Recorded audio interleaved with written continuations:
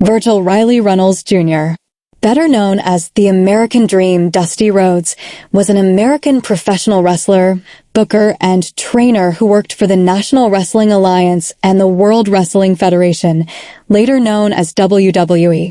Rhodes was considered a star wrestler and presented the persona of an American everyman, the American Dream personified.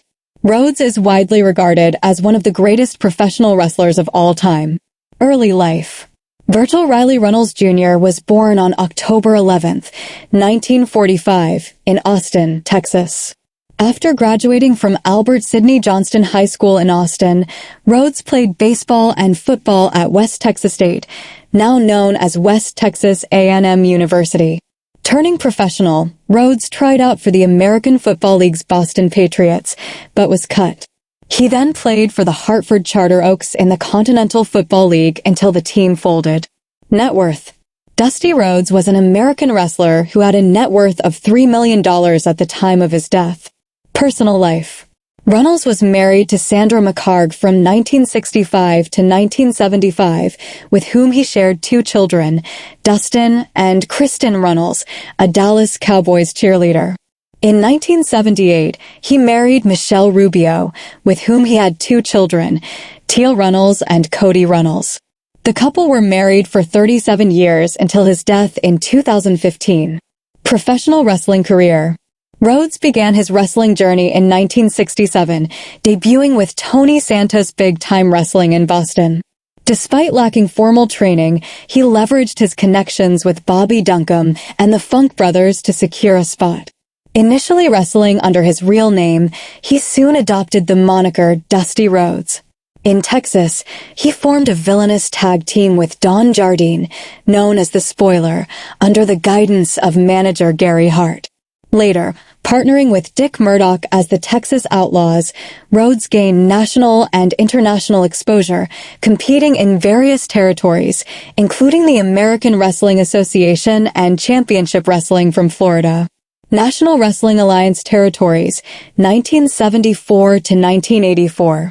Transitioning to a fan-favorite character, Rhodes became a prominent figure in the National Wrestling Alliance, NWA, during the 1970s and early 1980s. He engaged in memorable feuds with top stars like Harley Race and Ric Flair, capturing the NWA World Heavyweight Championship 3 times. His persona as the common man resonated deeply with audiences, exemplified by his famous Hard Times promo in 1985, where he spoke passionately about the struggles of everyday Americans. Jim Crockett Promotions, 1985 to 1989. In 1985, Rhodes joined Jim Crockett Promotions, JCP, where he not only wrestled, but also took on the role of booker. He formed notable tag teams, including America's Team with Magnum TA and the Superpowers with Nikita Koloff, battling formidable factions like the Four Horsemen and the Russian Team. As a booker, Rhodes was instrumental in creating innovative match concepts, such as War Games and Battle Bowl. However, his tenure wasn't without controversy. The overuse of the Dusty Finish, a match ending where a wrestler appears to win only for the decision to be overturned, led to fan frustration. His stint with JCP ended in 1988 after a storyline involving excessive violence, which clashed with the policies of the promotion's new owners. World Wrestling Federation, 1989 to 1991.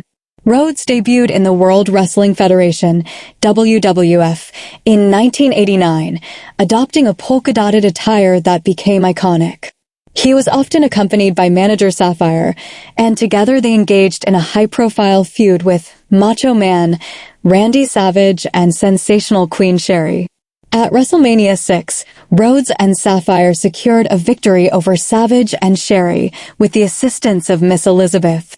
He continued to be a prominent figure in the WWF until his departure in 1991.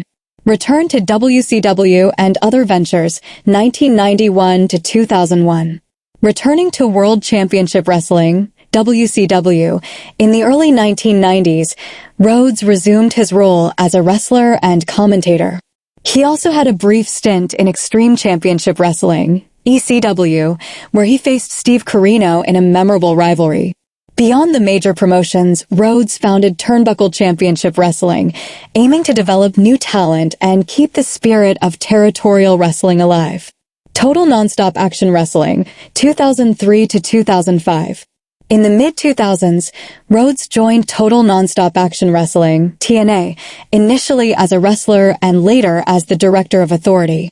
His tenure with TNA was marked by his efforts to infuse traditional wrestling storytelling into the promotion's programming. Return to WWE and Final Years, 2005 to 2015. Rhodes returned to WWE in 2005, signing a Legends deal and contributing as a creative consultant. He was inducted into the WWE Hall of Fame in 2007 by his sons, Dustin and Cody. Beyond on-screen appearances, Rhodes played a pivotal role in nurturing future talent as a mentor and trainer in WWE's developmental territory, NXT. His influence is evident in the careers of many contemporary wrestlers who benefited from his wisdom and guidance. Legacy. Dusty Rhodes passed away on June 11, 2015, leaving behind a legacy that transcends his in-ring achievements. His contributions as a performer, storyteller, and mentor have left an indelible mark on professional wrestling. His sons, Dustin, Goldust, and Cody Rhodes, have carried forward his legacy, becoming prominent figures in the wrestling world. Rhodes' ability to connect with audiences, his innovative approach to wrestling storytelling, and his dedication to the craft have cemented his status as a true legend in professional wrestling history. Illness and death. In his later years, Rhodes suffered from kidney disease. On June 10, 2015, paramedics responded to Rhodes' home in Orlando, Florida, after getting a call reporting that he had fallen. They drove him to a nearby hospital, where he died the next day at the age of 69 from the effects of kidney failure. Rhodes was cremated, and his ashes were spread in November 2015 by his son Dustin on a ranch that Rhodes loved to visit. At the 2015 Money in the Bank pay-per-view event, a 10-bell salute was given in honor of Rhodes, with the entire WWE roster and the McMahon family on the entrance ramp. The next night on Raw, they honored him with a video tribute and a special After Raw on the WWE Network. At the NXT tapings following his death, he was honored with another 10-bell salute.